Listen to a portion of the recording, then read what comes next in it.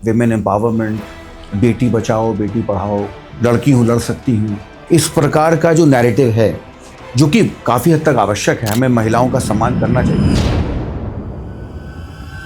कि कहीं ना कहीं पुरुषों को जो सम्मान मिलना चाहिए वो गायब सा हो गया है। वो जो एक हम लोग बचपन से सुनते आ रहे हैं, मर्द को दर्द नहीं होता। हमें ये माना जाता है कि पुरुष जो है वो प्रोग्राम्ड है चैलेंजेस देने के लिए। बचपन में बच्चे को पाला जाता है कि तुम आंसू नहीं दिखाओगे, बिल्कुल बिल्कुल नहीं। लड़के रोते नहीं, मैंने बोला ना, लड़के नहीं रोते। तुम इमोशनली अपने अंदर की भावनाओं को जाहिर नहीं करते। बिल्कुल। आपने देखा होगा लोग ये तो बोलते हैं महिला सम्मान, कभी आप सुनेंगे कोई कह रहा है पुरुष सम्मान। भैया मैं महिलाओं का सम्मान नहीं करता, मैं इंडिविजुअल का सम्मान करता। कई पुरुष मेरे पास आते हैं जो कि मानसिक समस्याओं से ग्रसित होते हैं, वो बताते नहीं है लेकिन कमरे में छुप छुप के रोते हैं। मेल स्पेसिफिक हेल्पलाइन कोई भी भारत में उपलब्ध नहीं। ये जो हम लोग डायरेक्टली बताते हैं कि भाई तुम लड़के हो, तुम्हें दर्द नहीं होता, तुम रोगे नहीं, तो we should actually tell them कि नहीं भाई, तुमको भी दर्द होगा और तुमको भी कष्ट होगा, और जब हो तो please express it, you are also human being. बहुत सारे मेल्स जो बहुत सारी स्ट्रगलफुल लाइफ से होकर गुजरते हैं और कई बार नहीं कहते बहुत सी चीजें।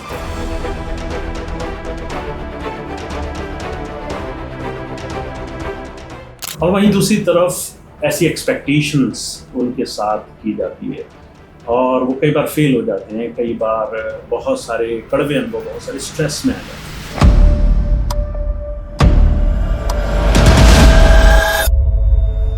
दोस्तों, आज के हमारे मेहमान हैं डॉक्टर सम्यक तिवारी, एक MBBS MD साइकियाट्रिस्ट डॉक्टर, जो पिछले कई वर्षों से बहुत सारे लोगों को उनकी बहुत सारी घर और परिवार में तनावपूर्ण स्थिति में आई हुई परेशानियों को या उससे हो रही बहुत सी समस्याओं के लिए उनका इलाज या उनके लिए सुझाव दे रही हैं।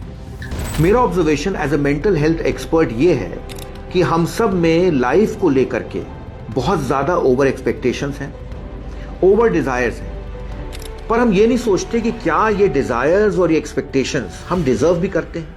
आज सम्यक जी से हमने बात की मेंस की मेंटल हेल्थ पर, पुरुषों के मानसिक तनाव, उनकी बहुत सारी अपेक्षाओं में रहते हुए दर्दनाक स्थिति, उनके बहुत सारे ऐसे परेशानी भरे क्षणों के लिए जिनको शायद समाज में बहुत से लोग नहीं देखते।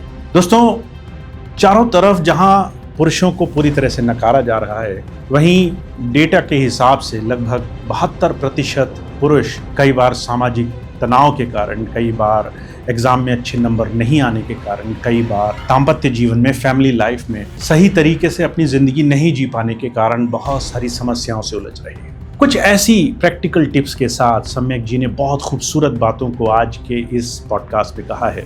अगर आप ये जानना चाहते हैं कि हम अपने पुरुषों को नारियों के समान किस तरीके से उन्हें अप्रिशिएट कर सकते हैं, तो आज के इस पॉडकास्ट को अंत तक जरूर सुनिए। इस पॉडकास्ट को शेयर कीजिए ताकि ज़्यादा से ज़्यादा पुरुषों को अपने साथ हो रही बहुत सारी समस्याओं का निदान मिल सके। बहुत सी महिलाओं को पुरुषों के साथ कैसे व्यवहार करना है, किस तरीके से उनके साथ जुड़ना है, वो सही तरीका समझ में आ सके। एक विशेषज्ञ के साथ, एक स्पेशलिस्ट के साथ, सम्यक तिवारी जी के साथ। दोस्तों, आज के इस पॉडकास्ट में आपका स्वागत है। इस पॉडकास्ट को ज़रूर सुनिए। धन्यवाद।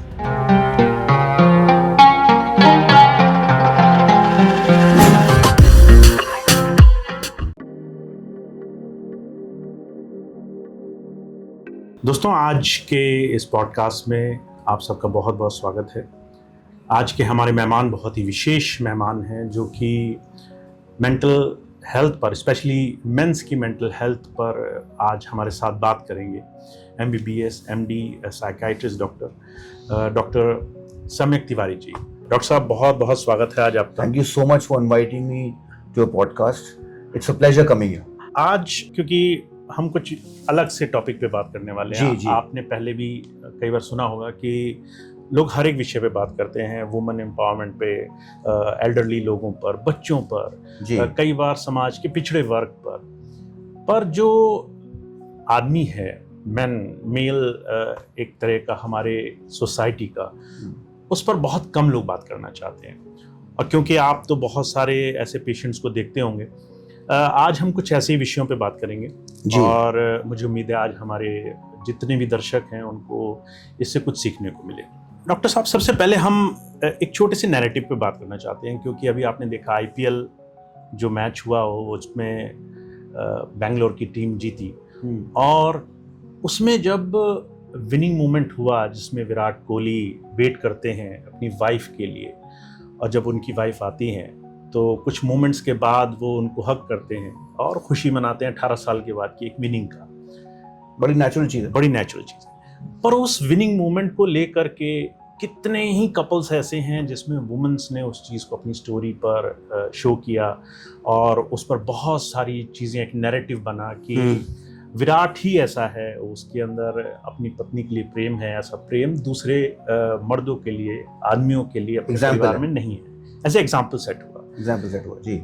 आप जब ऐसा देखते हैं कि बहुत सारे मेल्स जो बहुत सारी स्ट्रगलफुल लाइफ से होकर गुजरते हैं और कई बार नहीं कहते बहुत सी चीज़ें, और वहीं दूसरी तरफ ऐसी एक्सपेक्टेशंस उनके साथ की जाती है और वो कई बार फेल हो जाते हैं, कई बार बहुत सारे कड़वे अनुभव, बहुत सारे स्ट्रेस में आ जाते हैं। ये सिनेरियो आज के समय में कैसा है?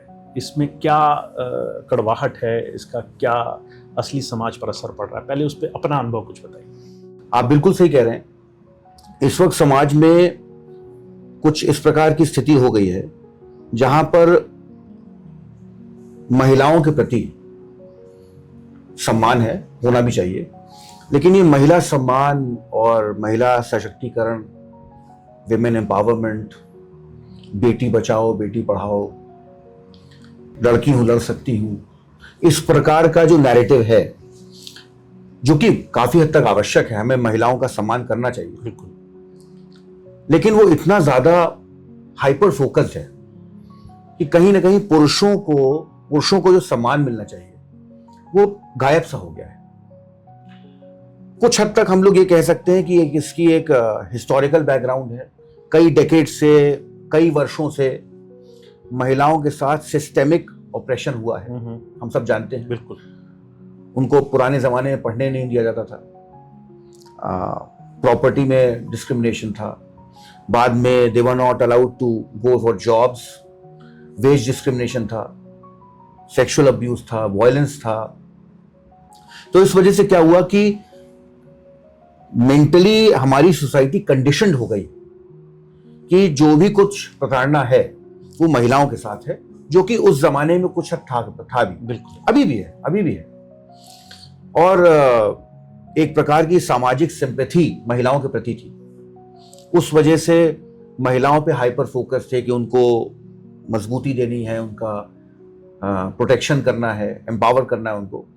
पर इस चक्कर में कहीं ना कहीं जो जेंडर इक्वालिटी है वाली बात है, अब आज के टाइम में जेंडर इक्वालिटी सिर्फ अब actually is equal to women equality. Gender equality सिर्फ बोलते तो हैं हम, लेकिन उसमें पुरुषों की कोई स्पेस नहीं। ओके, तो आपने ये बहुत सारा देखा होगा कि फैमिलीज में लोग शादी करके आते हैं और एकदम डिवोर्स की सिचुएशन में चले जाते हैं। बहुत से लोग अचानक एक बहुत एक्सट्रीम फाइट की सिचुएशन में चले जाते हैं। आपने देखा भी होगा बहुत सारा डेटा ऐसा है जिसमें सिर्फ भारत में कहा जाता है कि लगभग 72% जो मेल है वो बहुत ज़्यादा डिप्रेशन में आकर के कई बार सुसाइड जैसे बड़े कदम उठा लेता है। बिल्कुल, ये सारी चीज़ें क्या कई बार हम अपनी नादानियों की वजह से या कुछ चीज़ें नहीं महसूस कर पा रहे, इस वजह से हम इस चीज़ को बढ़ावा देते चले जा रहे हैं? देखिए, है क्या कि वो जो एक हम लोग बचपन से सुनते आ रहे हैं, मर्द को दर्द नहीं होता। बिल्कुल, मर्द रोते नहीं है। तुम जैसे बचपन से हम लोगों को बताया गया कि भाई तुम लड़की की तरह क्यों रो रहे हो, तो हमें एक डिफॉल्ट मोड पे हमें ये माना जाता है कि पुरुष जो है वो प्रोग्राम्ड है चैलेंजेस लेने के लिए। वो प्रोग्राम्ड है कि कुछ भी हो जाए उसको कोई दर्द नहीं होगा, उसको कोई फर्क नहीं पड़ेगा। अच्छा, बड़ी हास्यास्पद बात यह है कि महिलाओं को कहा जाता है कि नारी की शक्ति है, ये दुर्गा है। अच्छी बात है, लेकिन जितना दुर्गा और नारी शक्ति, जो शक्ति वाली पोर्शन है, वो एक्सपेक्ट किया जाता है कि पुरुष डिस्प्ले करे। ये बड़ी हास्यास्पद बात है। हम बात तो करेंगे कि महिला शक्ति है, महिला दुर्गा है, महिला देवी है, बिल्कुल सही बात है, लेकिन हम सोसाइटी एक्सपेक्ट ये करेगी कि पुरुष शक्ति दिखाए। हम प्रोटेक्टर हैं, हम प्रिजर्व करेंगे, हम डिसीजन मेकर हैं, सभी कुछ हम हैं। आज अभी भी चूंकि although we are living in 2025 but still the number of families where man is the only bread earner, ये अभी भी उस फैमिली जो यहाँ पे कपल दोनों काम करते हैं उनको बहुत ज्यादा आउट नंबर करती है। आज भी परिवार हमारा ऐसा है मेजॉरिटी टाइम जहां पे सिर्फ पुरुष अर्न करता है और पुरुष पे बहुत प्रेशर है। एक तो मैंने बताया बैकग्राउंड कि हम कुछ, हमें दर्द ही नहीं होगा, हमको तो कोई फर्क नहीं पड़ता।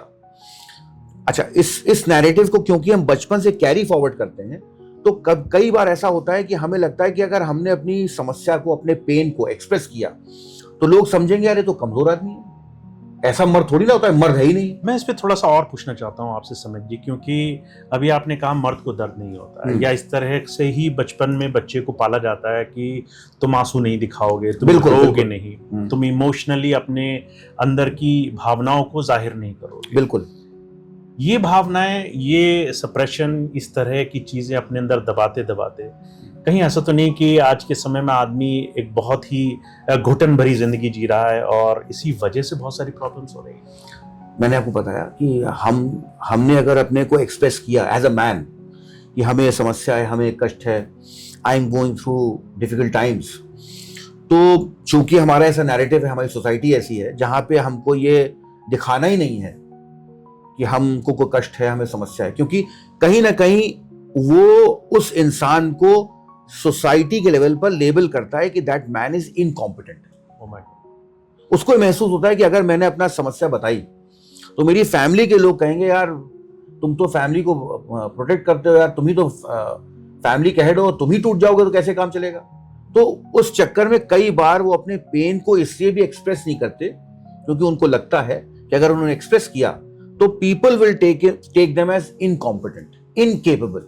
ये कोई सुनना नहीं चाहता कि वो इनकेपेबल है। पर हालांकि इस तरह की बात कहना या इस तरह से किसी को लेबल कर देना भी एक बहुत बड़ी शर्म की बात मानी जाती है। बिल्कुल बिल्कुल। तो ऐसी स्थिति में जहां आदमी अपने इमोशंस अपने ही लोगों में, अपने ही सबसे नजदीकी, चाहे पत्नी हो चाहे माता पिता हो, उनके बीच में कह नहीं पाएगा। बिल्कुल, वो अपनी परेशानी नहीं बता पाएगा, वो अपने इमोशंस को जाहिर नहीं कर पाएगा, उसको कमजोर समझा जाएगा।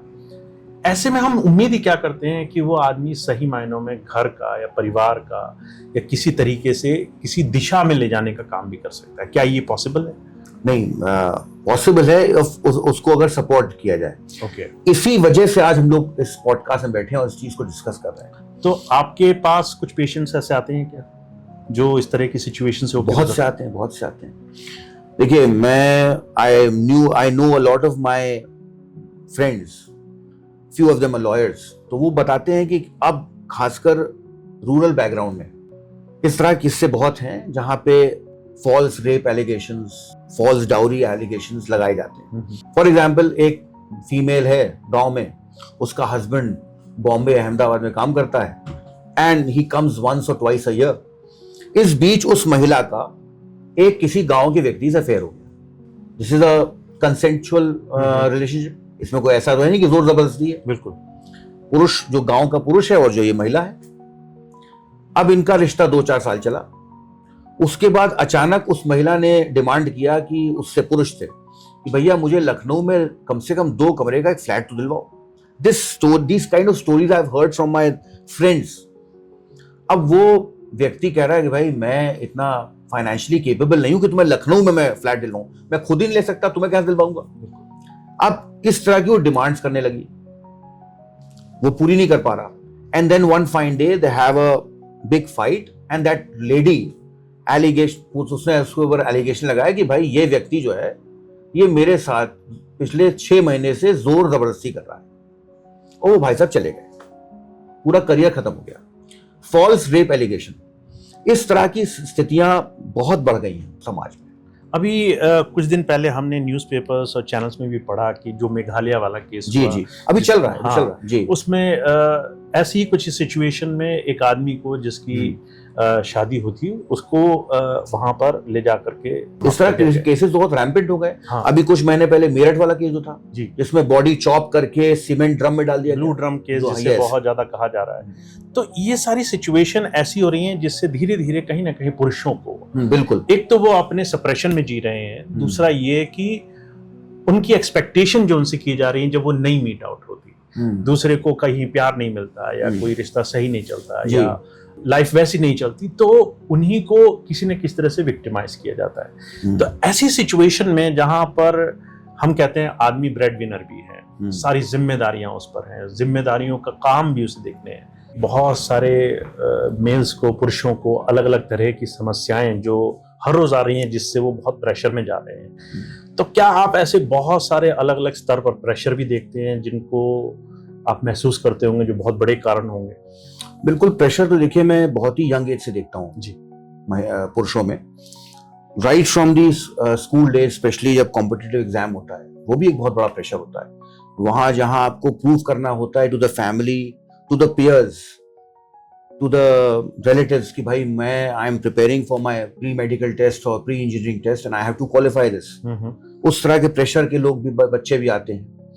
और एक जो चीज वही है कि बच्चे, लड़के रोते नहीं हैं, लड़कों को कष्ट नहीं होता, जिसको हम लोग आम भाषा में टॉक्सिक मैस्कुलिनिटी कहते हैं। ये जो मर्दानगी है ये हमारे लिए ही टॉक्सिक हो गई है, क्योंकि इससे हमको एक हर्क्यूलिस इमेज हमारी जो क्रिएट करी गई है बनाए रखनी है कि हमें तो हम हारते ही नहीं है।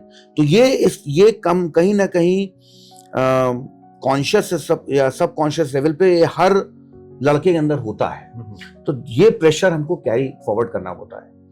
उसके बाद then obviously the pressure of establishment कि भाई कहीं नौकरी लग जाए, अच्छी जगह जॉब मिल जाए। And once you are into the job, specially when you are into some kind of a private job, भाई सरकारी नौकरियां तो बहुत है नहीं, तो अधिकतर लोग तो प्राइवेट जॉब्स में जाते हैं। बिल्कुल। और चूंकि मैं एक प्रैक्टिसिंग डॉक्टर हूं, तो मेरे पास जो सबसे क्लोज लोग आते हैं who are into some kind of private job are people who are representing a pharma company, medical reps जिनको कहा जाता है। तो कई बार जिन लोगों से बहुत मैं फ्रेंडली हूं, तो अपनी आप बीती अपनी समस्याएं बताते हैं कि डॉक्टर साहब सब कुछ ठीक चल रहा है, लेकिन तब भी लाइफ में कोई चार्म नहीं है, हर वक्त एक प्रेशर रहता है सेल्स का, और इतनी अनरियलिस्टिक सेल्स मांगते हैं कंपनी वाले, जो कि एक्चुअली पॉसिबल नहीं है। और हर वक्त डर रहता है कि अगर हमने सेल नहीं करी तो हमारी नौकरी चली जाएगी। और ऐसा प्रेशर तो कुछ हद तक ठीक भी है। इससे बढ़कर प्रेशर ये होता है कि continuously they are working for hours and hours together, for days in days together. उनका बीच में अगर कभी छुट्टी लेने का मन हुआ तो छुट्टी बेचारे नहीं लेते। उनको डर लगता है कि अगर हमने हफ्ते भर छुट्टी ली और हमारी जगह किसी और को ये जिम्मेदारी दी गई और कहीं उस एक हफ्ते में उसने हमसे बेटर परफॉर्मेंस शो कर दी, तो उनका काम चला जाए। तो उनको फिर वो हमको बहाने ढूंढेंगे कंपनी वाले कि हमको निकाल दें। और वो जो नया लड़का आया है वो हाफ सैलरी पर है, आधी सैलरी पर, और वो मुझसे बेटर परफॉर्म कर रहा है। तो मैं छुट्टी भी इसलिए नहीं ले पाता हूं क्योंकि मुझे कहीं ना कहीं इस बात का भय रहता है कि अगर मैंने छुट्टी ली तो मेरी जगह जो रिप्लेसमेंट आएगा उसने कहीं बेटर परफॉर्मेंस दे दी तो मेरी छुट्टी हो जाएगी। तो बेचारे इस वजह से छुट्टी तक नहीं ले पाते। तो समझ जी, एक तरफ जॉब का प्रेशर, एक तरफ घर जा करके एक्सपेक्टेशंस बहुत ज्यादा कि जो हम चाहते हैं वो हो। यहाँ पे अब घर की बात करिए आप जी। अब वो पुरुष बेचारा घर आ गया जी। अब घर में मैं जब इस तरह के लोग मेरे पास आते हैं तो मैं उनसे कहता हूँ भाई आप अंपायरिंग नहीं करें जी। तो वो पलट के पूछते हैं डॉक्टर साहब अंपायरिंग क्या मतलब है? तो सबसे बड़ा कॉमन प्रॉब्लम होती है घरों में, वो होती है देयर इज ऑलवेज, मोस्टली हमारे समाज में there is a conflict between mother in law and daughter in law. अब वो पुरुष जो है वो एक का बेटा है और एक का हस्बैंड है। जैसे ही वो घर आया उसको कुछ ना कुछ कंप्लेंट्स मिलती हैं, माँ ने कुछ कह दिया या पत्नी ने कुछ कह दिया। अगर मैं उन लड़कों से कहता हूं भैया अगर तुमने अंपायरिंग शुरू कर दी, पत्नी के कहने पर तुमने माँ को आउट कर दिया और माँ के कहने पे तुमने पत्नी को आउट कर दिया, तो तुम यही करते रहोगे और वो लोग लड़ते रहेंगे और उस लड़ने में तुम पिसोगे। तो आपको अंपायरिंग नहीं करनी है। अंपायरिंग ना करने का मतलब यह है कि जब वो लोग लड़ रहे हैं या किसी बात पे मतभेद है तो आप उनसे हाथ जोड़ कहें कि भैया आप अपना मतभेद स्वयं अपने स्तर पर समाप्त करें, मुझे इसमें इन्वॉल्व ना करें। ये एक न्यूट्रल स्टैंड लेना पड़ेगा क्योंकि ऑलरेडी आप ऑफिस से इतने स्ट्रेस आ रहे हैं। अब घर में भी अगर आप इस पछड़े में पड़ जाएंगे, और जो कि लोग पढ़ते भी हैं। मोस्टली यही केसेस शायद हम देखते बिल्कुल हैं बिल्कुल कि या तो लड़का अपनी पत्नी की साइड लेता है जी। और कुछ लोग अगर अपनी माँ की साइड लेते हैं तो कहीं ना मदर्स कहीं- हो जाते हैं। हाँ, वो कॉन्फ्लिक्ट बहुत जबरदस्त बहुत हो जाता कॉमन है। है। तो ये सारी चीजें जिसमें ये एक्सपेक्टेशन बहुत ज्यादा है कि किसी एक की साइड लो, या फिर ये एक्सपेक्टेशन है कि जो हम चाह रहे हैं वैसी जिंदगी जियो, या ये एक्सपेक्टेशन है कि आप बिजी हो, इससे हमें कुछ लेना देना नहीं, जैसे आप घर आते हो आपके पास फ्री टाइम होना चाहिए, एनर्जी होनी चाहिए, मी टाइम। हाँ, मी टाइम। तो ये सारी चीजें क्या आज के समय में एक बहुत बड़ा ऐसा कारण बनी हुई है जिसकी वजह से पुरुष ना तो बोल पाता है ना अपनी लाइफ जी पाता है। यहाँ मैं आपको एक और नैरेटिव के बारे में बताऊंगा जी। ये बहुत सटल नैरेटिव्स हैं, जैसे मर्द को दर्द नहीं होता, फिर अब हाइपर फोकस हम लोगों ने बात करी कि महिलाओं का सम्मान कुछ ज्यादा हो गया है। बिल्कुल। आपने देखा होगा लोग ये तो बोलते हैं महिला सम्मान, कभी आप सुनेंगे कोई कह रहा है पुरुष सम्मान? जी नहीं, शायद नहीं। तो why we have actually created gender based respect. Respect should be of an individual, not of a gender. ये मैं बार बार लोगों से कहता हूं। तो मैं तो इस बात में बिलीव ही नहीं करता कि महिलाओं का सम्मान, भैया मैं महिलाओं का सम्मान नहीं करता, मैं इंडिविजुअल का सम्मान करता हूं, मैं मानता हूं। तो एक सटल नैरेटिव जो है, जो हम लोग अपने बड़े बुजुर्गों से सुनते आए हैं, उस वजह से भी हम पुरुष अपने आप को समझा लेते हैं। क्या नैरेटिव है कि भैया जैसे वी क्रॉस से अराउंड 45-50 तो हमने अपने बड़े बुजुर्गों को कहते सुना, यार अब मेरा क्या है, अब तो मैं सब बच्चों के लिए जीऊंगा, मेरा सब समाप्त हो चुका है। तो वो अपने आप को कहीं ना कहीं रेस्ट्रिक्ट कर लेता है, अपनी इच्छाओं को दबा लेता है, और इच्छाओं को दबाते वक्त उसको कष्ट भी नहीं होता, क्योंकि यही गाना वो सुनते हुए आया है। उसने अपने पिताजी से सुना, चाचा सुना, मामा सुना, सबसे सुना। तो उसको लगता है कि ये जो बोलने का तरीका है, व्हेन यू कम से अराउंड 45-50, यही सही है। अब हमारा जीवन खत्म हो चुका है, तो वो मी टाइम, मी स्पेस, मेरी भी कुछ इच्छाएं हैं, उसको हम पूरी तरह दरकिनार कर देते हैं इस नैरेटिव की वजह से, जो कि हम सुन रहे हैं इतने वर्षों से, और हमको लगता भी नहीं कि हम कितना गलत कर रहे हैं। आप ये सोचिए कि क्या मेरे माता पिता ने या आपके माता पिता ने हमको इसलिए पैदा किया था कि 45-50 वर्ष की आयु में हम रिटायरमेंट ले लें, मेंटली रिटायर हो जाएं। एक तो होता है भाई जॉब से रिटायर होते हैं वो 60-65 वर्ष की आयु में, लेकिन हमने अपने आप को मेंटली रिटायर कर दिया, जीना छोड़ दिया कि भैया आप तो सब जैसा पत्नी है के लिए, हाँ जैसे हैं वैसे ही जिएंगे। अब सपोज आपकी आयु ईश्वर ने 80 साल निर्धारित कर रखी है, तो क्या आप अगले 30 साल तक ऐसे ही रहेंगे? तो ये मैं आज के खासकर मिडिल एज पुरुषों से कहूंगा कि सेल्फ लव का आजकल कॉन्सेप्ट बहुत आया हुआ है तो बड़ा पुराना, कि भैया पत्नी बच्चे आपकी जिम्मेदारी हैं, पर आपकी जिम्मेदारी में आप स्वयं भी आते हैं, उसको आप पीछे ना छोड़ें। अगर आप ही खुश नहीं हैं तो आप किसी दूसरे को खुश कैसे कर पाएंगे? समय की अभी आपने दो चीजें कही और मैं चाहता हूं आप दोनों पे थोड़ा सा और डिटेल में हमें बताएं। जी। पहली चीज जो मैंने कहीं पढ़ी थी कि महिलाओं को जहां पर प्रेम की जरूरत होती है परिवार में, वहां पर पुरुषों को सम्मान चाहिए। अगर उन्हें वो उनका सम्मान नहीं मिलता, चाहे वो उनके पूरे दिन के हार्ड वर्क के बाद हो या सारी जिम्मेदारियों को बैलेंस करते हुए हो, जो उनकी नीड्स हैं कि उनको उस तरीके से रिस्पेक्ट किया जाए जिस तरीके से वो चाहते हैं, वो नहीं मिलता, तो वो अचानक हर एक चीज में बिखर जाते हैं। बिल्कुल। क्या ये सच है? क्या आप इसको सही मानते हैं? बिल्कुल सच है। और ये जो मेन मेंटल हेल्थ पे हम लोग बात कर रहे हैं, इस तरह के कई पुरुष मेरे पास आते हैं जो कि मानसिक समस्याओं से ग्रसित होते हैं। नींद नहीं आती उनको, उनका जॉब परफॉर्मेंस गिर जाती है, बहुत इरिटेबल हो जाते हैं, डलनेस होती है, वो बताते नहीं है लेकिन कमरे में छुप छुप के रोते हैं, किसी काम को करने की इच्छा नहीं होती उनकी। बिल्कुल क्लासिकल डिप्रेशन के सिम्टम्स होते हैं। बिल्कुल। विड्रॉ कर जाते हैं। इस बीच जब कभी मैंने देखा है कि पुरुषों का मन करता है कि भाई अपने मित्रों के साथ कुछ समय बिता लें, हो सकता है कि वो जो एक मेरे स्कूल फ्रेंड्स हैं या कॉलेज फ्रेंड्स हैं, उनके साथ बैठ के मुझे कुछ सोलेस मिल जाए, मुझे कुछ शांति मिल जाए। तो ऑफ लेटली मैंने भी देखा है कि पत्नियां जो हैं इस पे भी लोगों को डिस्करेज करती हैं, सब नहीं लेकिन काफी हद तक। और वो ये नहीं एक्सेप्ट कर पाती कि मेरा हस्बैंड जो है उसकी अपना जीवन भी है, उसके अपने मित्र भी हैं।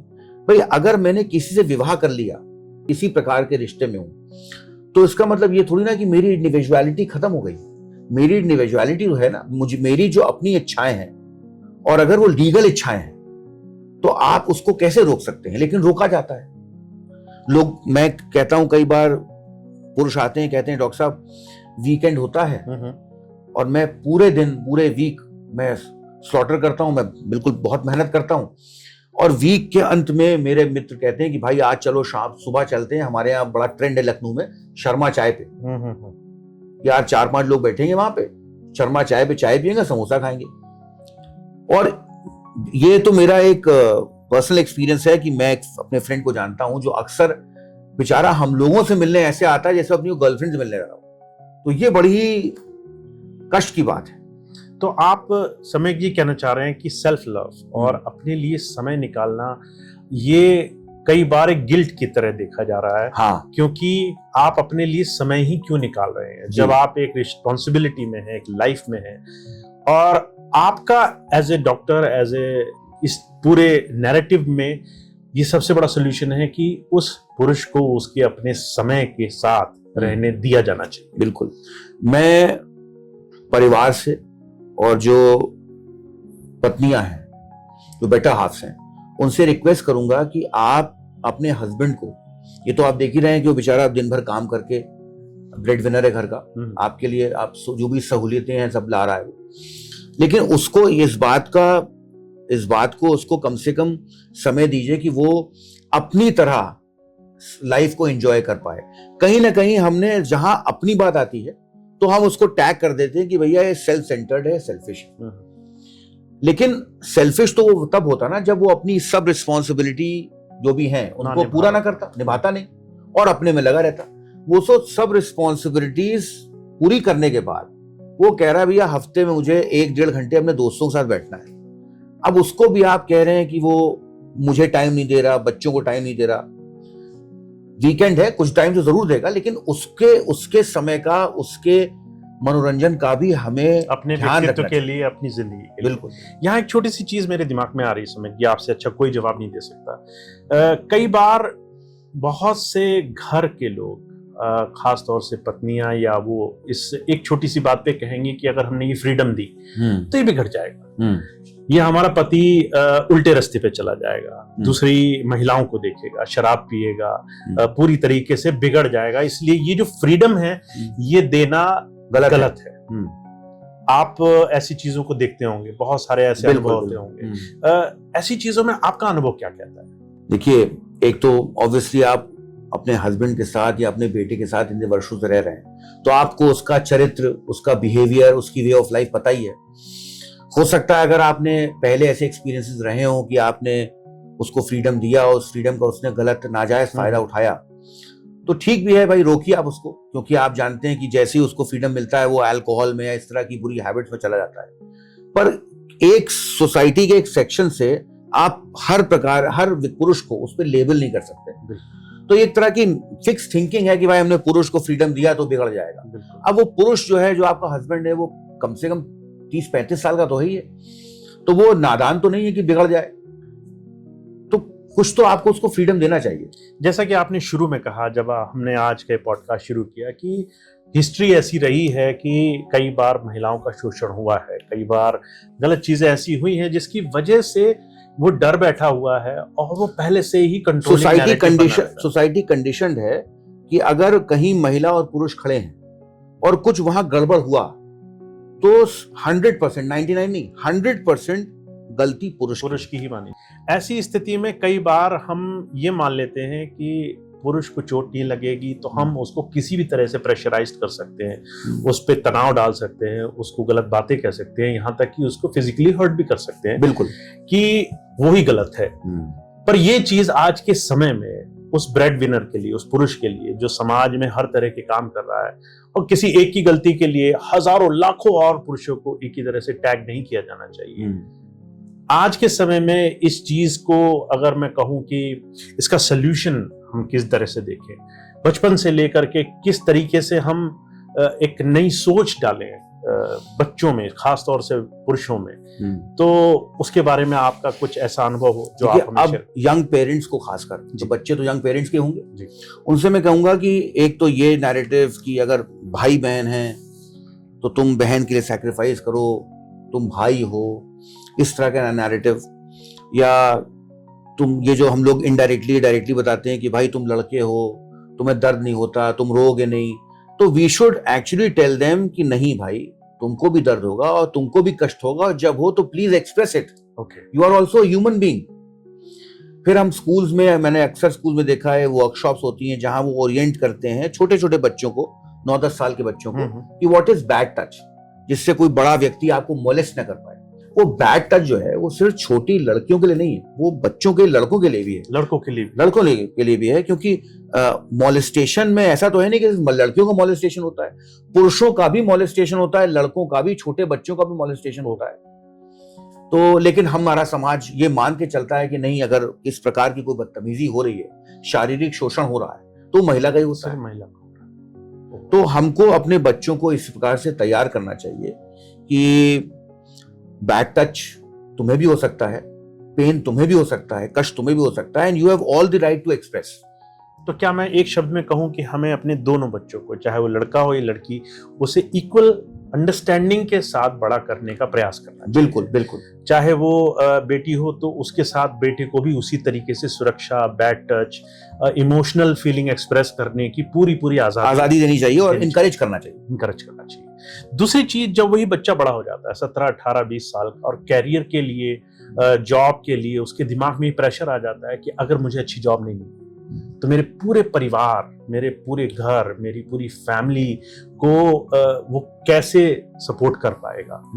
अभी यूथ और जो हमारा मैरिड जो भी एक मेल फिगर है, उसकी लाइफ में ये बहुत सारे स्ट्रेस को आप देखते होंगे, वो कैसे उस चीज को बैलेंस करे। एक जो कैरियर ढूंढ रहा है, एक वो जो कैरियर में आ गया है पर बहुत बिजी लाइफस्टाइल है, उसकी बहुत सारी ऐसी नीड्स जो एक्चुअली वो बता भी नहीं सकता है। देखिए, once you are out of school, आप कॉलेज में आए, और सभी लोग, अब लड़कियां भी they are all career oriented, लेकिन लड़कियों के साथ एक कुशनिंग है कि if suppose a girl is not good in academics, वो अपने आप को एक प्रोफेशनल करियर में स्टैब्लिश नहीं कर सकती। भाई उसके लिए तो उसको कंपटीशन क्वालिफाई करना पड़ेगा, लेकिन she is not academically capable enough to do that. तो एक क्वेश्चनिंग ये है कि भैया एक डिसेंट लेवल की ग्रेजुएशन, पोस्ट ग्रेजुएशन करा दिया और उसकी कहीं विवाह कर दिया, तो she is being taken care by some man. लेकिन ये पुरुषों के साथ नहीं है। तो हम पढ़ाई में अच्छे हैं या नहीं है, हमें कहीं ना कहीं स्टैब्लिश होना है। ये प्रेशर हम पे हर वक्त रहता है, जो कि कुछ हद तक महिलाओं के साथ नहीं है। दूसरा, ये एज ऐसी होती है, specially late teens, mid 20s, जहां पे हम लोग, we are high in hormones, there is immense attraction of the opposite sex. तो अक्सर हम लोग अफेयर्स में इन्वॉल्व होते हैं इस उम्र में। तो इस एज में when there is, specially I am talking about boys, यहां पे आप देखिए महिलाओं के साथ, ये लड़कियों के साथ ये है कि they still have a cushion that if something goes wrong, parents उसकी मैनेज कर देंगे। लेकिन पुरुष के साथ ये नहीं है। तो हमको उस अफेयर को के साथ चलते हुए हमको अपने करियर को भी स्टैब्लिश करना होता है। तो कई बार मेरे पास जो लखनऊ में लड़के बाराबंकी, बछरावा, रायबरेली, अमेठी से नीट और इंजीनियरिंग की प्रिपरेशन करने आते हैं, अब यहाँ आए भाई उनके लिए तो coming to Lucknow is like for Lucknow going to Mumbai. तो उनका थोड़ी आंखें खुलती हैं, they get an opportunity to talk to the opposite sex. तो वहां पे इन्वॉल्वमेंट, अफेयर होने के बहुत चांसेस होते हैं। तो एक तो प्रेशर कि मम्मी पापा ने कमरा दिलवा करके पढ़ने भेजा है और उनके कुछ एक्सपेक्टेशंस हैं, मैं उन एक्सपेक्टेशंस को पूरा करना चाहता हूं। लड़का सिंसियर है, लड़के में सिंसियरिटी में कमी नहीं है, वो हर वक्त ये सोचता है और पढ़ता भी है, पर ये तो उसका सोशल ऑब्लिगेशन है अपने पेरेंट्स के प्रति, फैमिली ऑब्लिगेशन है। उसकी बायोलॉजी का वो क्या करे, जो उसकी बायोलॉजिकल नीड्स हैं जो बिल्कुल इस एज में उफान मार रही हैं, तो उस वजह से वो ही और she is getting attracted towards the opposite sex. तो उस वक्त अपने को बैलेंस करना, उसके ऊपर एक बहुत बड़ा प्रेशर होता है। और कहीं अगर उसने कंपटीशन क्वालिफाई नहीं किया, भले उसने किसी लड़की से 2-4 ही बार बात करी, तो उसको कहीं ना कहीं लगता है कि हाँ, आई एम एट फॉल्ट, मैंने इसलिए मैं क्वालिफाई नहीं कर पाया बिकॉज आई वॉज डिस्ट्रैक्टेड। तो अपने आप को सेल्फ लेबल करता है, अपने आप को सेल्फ क्रिटिसाइज करता है। वो ये नहीं देखता कि हाँ यार, मैंने प्रयास तो किया और ये जो मेरे साथ हुआ, ये हमको अपने बच्चों को एजुकेट करना है। तो समीक जी, यहाँ छोटी सी बात मैं ऐड करना चाहूंगा, आप अपनी बात कंप्लीट कीजिएगा।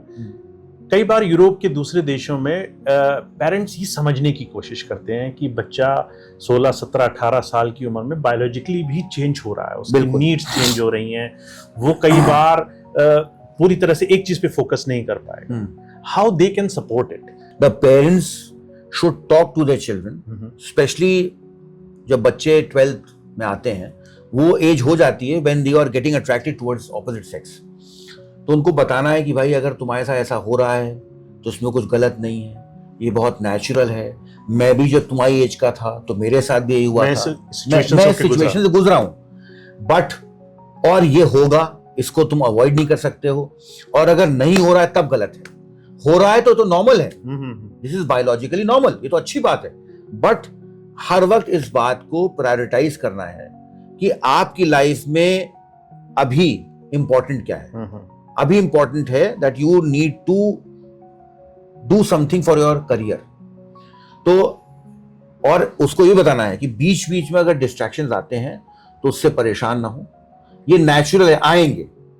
समीक जी, अभी हमने बात की कि हमारे जो यूथ हैं या फिर हमारे वो स्पेशली मेल्स जो शादी के बाद अपनी फैमिली लाइफ में अपने कैरियर को फॉलो करते हैं, कई बार वो इस तरह के जो स्ट्रेस से गुजरते हैं, जो सोसाइटी का एक्सपेक्टेशंस हैं, जो बहुत सारी चीज़ें हैं, उसका हम क्या एक्चुअली में बेसिक सोल्यूशन दे सकते हैं जो घर से शुरू हो, फैमिली से शुरू हो? देखिए, जैसे ही बच्चा स्कूल से बाहर आता है तो पेरेंट्स को समझना चाहिए कि उसके ऊपर बहुत प्रेशर है अपने को, अपने करियर को स्टैब्लिश करने का, और कहीं ना कहीं वो अपने सोसाइटी को, फैमिली को, फ्रेंड्स को प्रूव करना चाहता है कि वो वर्थ है उसके अंदर, वो कुछ करना चाहता है, वो करेगा। ये तो उसका एक फैमिली की तरफ ऑब्लिगेशन है, कमिटमेंट है, वो सिंसियर भी है, करना भी चाहता है। लेकिन साथ ही साथ उसकी बायोलॉजी भी है। इसी वक्त जब वो अपने करियर को स्टैब्लिश कर रहा है, उसकी बायोलॉजी उसको पुश कर रही है टुवर्ड्स द ऑपोजिट सेक्स। अच्छा, एक चीज मैं और जोड़ना चाहूंगा कि girl and the boy both are career oriented and they should be career oriented. Young children who are just coming out of the school, अभी चूंकि मेरी फील्ड ऐसी है जहां मैं लोगों से मिलता हूं, बात करता हूं, तो अभी मेरे पास एक लड़का आया, बहुत सिंसियर लड़का था, उसका विजन था कि वो IIT क्वालिफाई करे, पढ़ने में बहुत अच्छा था। एक लखनऊ के पास छोटा सा टाउन है बछरावा, वहां का वो बच्चा था, और अनफॉर्चुनेटली वो IIT क्वालिफाई नहीं कर पाया, but he could crack the state examination. Right now he is studying in Allahabad engineering college, जो वहां पे है। उसके बाद वो मुझसे मिला और वो बड़ा डिजेक्टेड था, कह रहा डॉक्टर साहब मैं केपेबल था IIT क्वालिफाई करने के लिए, लेकिन कहीं ना कहीं ड्यूरिंग दैट प्रोसेस, अपनी कोचिंग के दौरान मुझे मेरा एक लड़की से अफेयर हो गया, और उस लड़की के साथ मैं काफी समय बिताता था। I used to go for a walk with her, चाय कॉफी पीता था, and I used to like her company. और कहीं ना कहीं मुझे लगता है कि अगर मैंने वो समय उसमें इन्वॉल्व ना किया होता तो I could have definitely qualify IIT, और आज इसी वजह से मैं नहीं कर पाया, और इसकी मुझे बहुत गिल्ट है। तो मैंने उससे पूछा कि भाई तुम कितना समय बिताते थे, तो उसने कहा कि इतना इतना। तो मैंने उसको ये मोटा मोटा बताया कि इतना समय अगर तुम किसी के साथ बिताते थे, you were enjoying the company, which is very natural at this age. This was something which was biology which was compelling you to do that. आप अपने आप को नहीं रोक सकते, मुश्किल होता है। तो इतना समय अगर आपने कहीं इन्वेस्ट किया, तो दिस इज, ये जो आप सोच रहे हैं कि इस वजह से आप IIT में नहीं आ पाए, ये गलत है। तो 1 घंटा अगर उसने किसी के साथ गुजारा, उसके लिए वो अपने आप को ब्लेम कर रहा है। और जिस कॉलेज में उसका सिलेक्शन हुआ है, उसमें भी कितनों का सिलेक्शन होता है, ये वो भूल गया है। अपने अचीवमेंट को वो रिकॉग्नाइज ही नहीं कर रहा, कितना गिल्ट में है। कहीं ना कहीं इस तरह का प्रेशर जो कैरियर ढूंढते हुए बच्चों पर, और साथ साथ जो कैरियर मिल जाने के बाद भी होता है।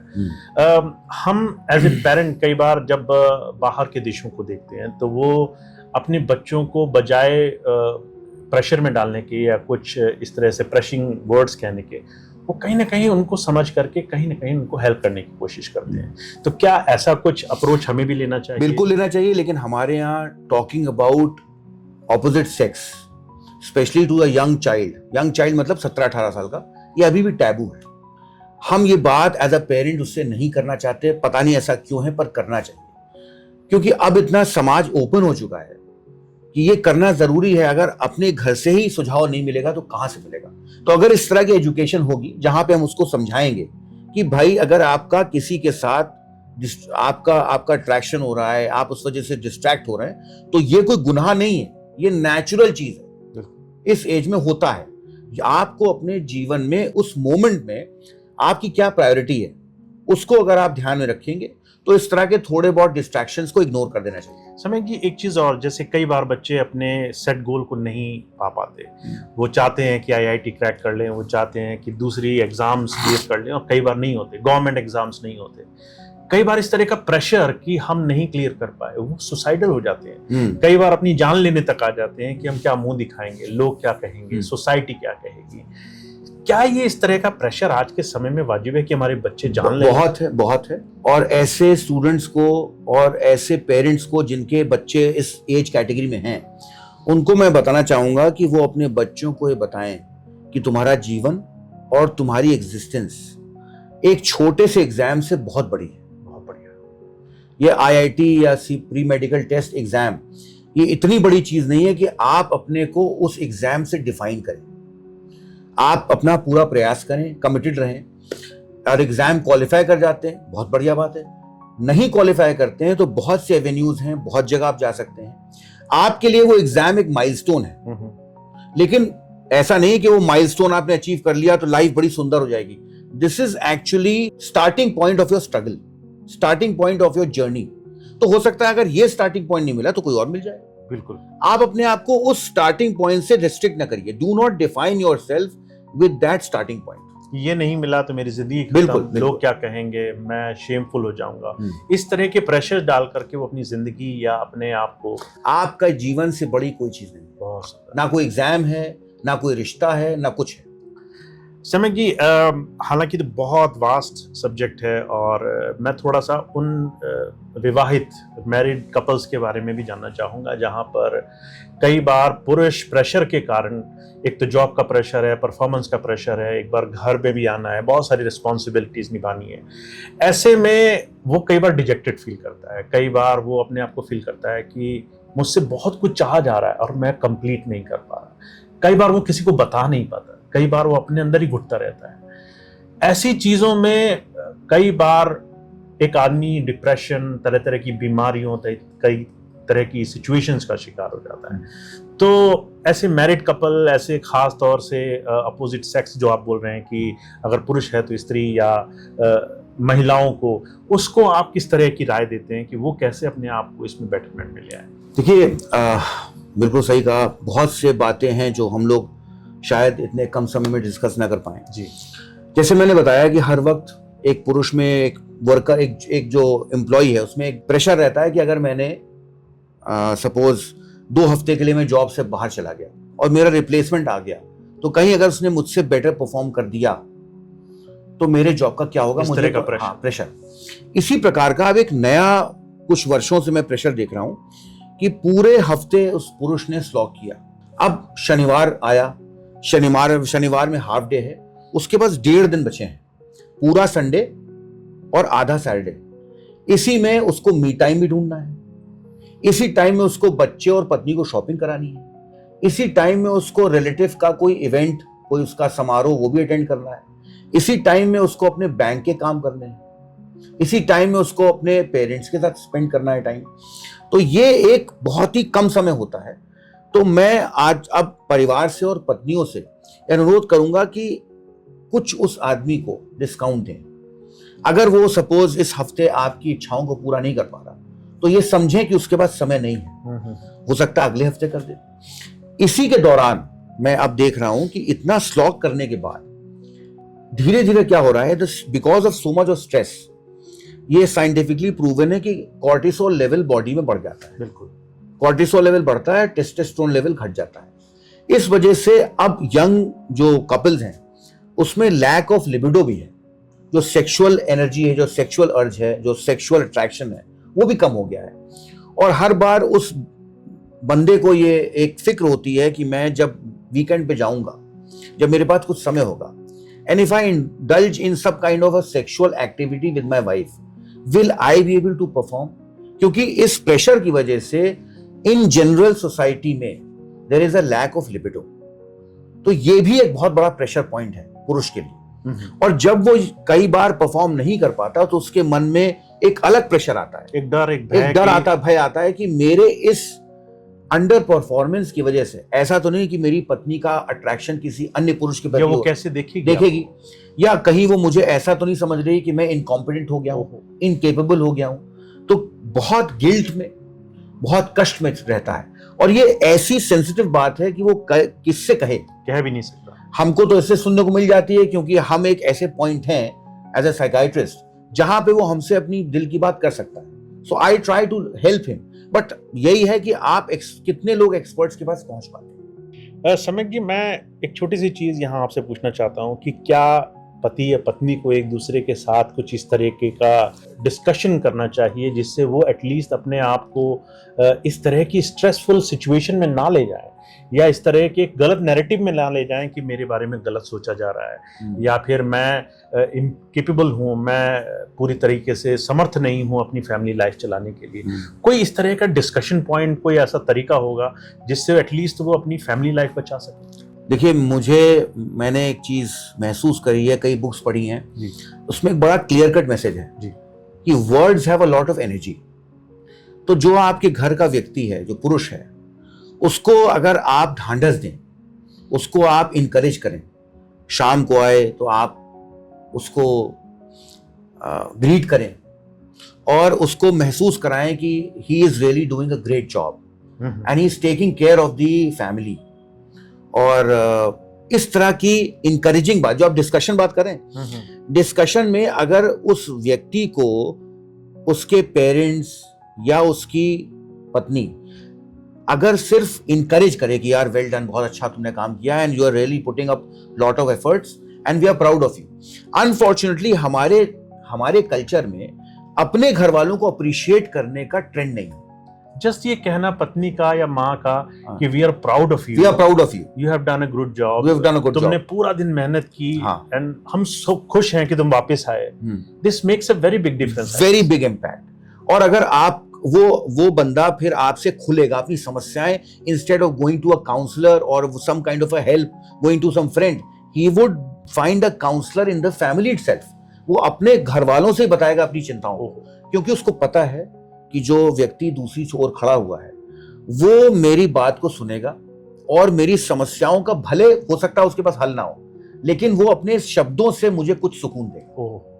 सम्यक जी, आज का ये पॉडकास्ट धीरे से कंक्लूड करते हुए हम एक चीज जानना चाहेंगे कि बहुत सारे अलग अलग क्षेत्रों में समाज के अलग अलग लोगों के लिए हेल्पलाइंस हैं, उनकी हेल्प है, उनको बहुत सारा सपोर्ट किया जाता है। तो हम अपने मेल एनर्जी के लिए, मेंस के लिए इस तरह का क्या कर रहे हैं?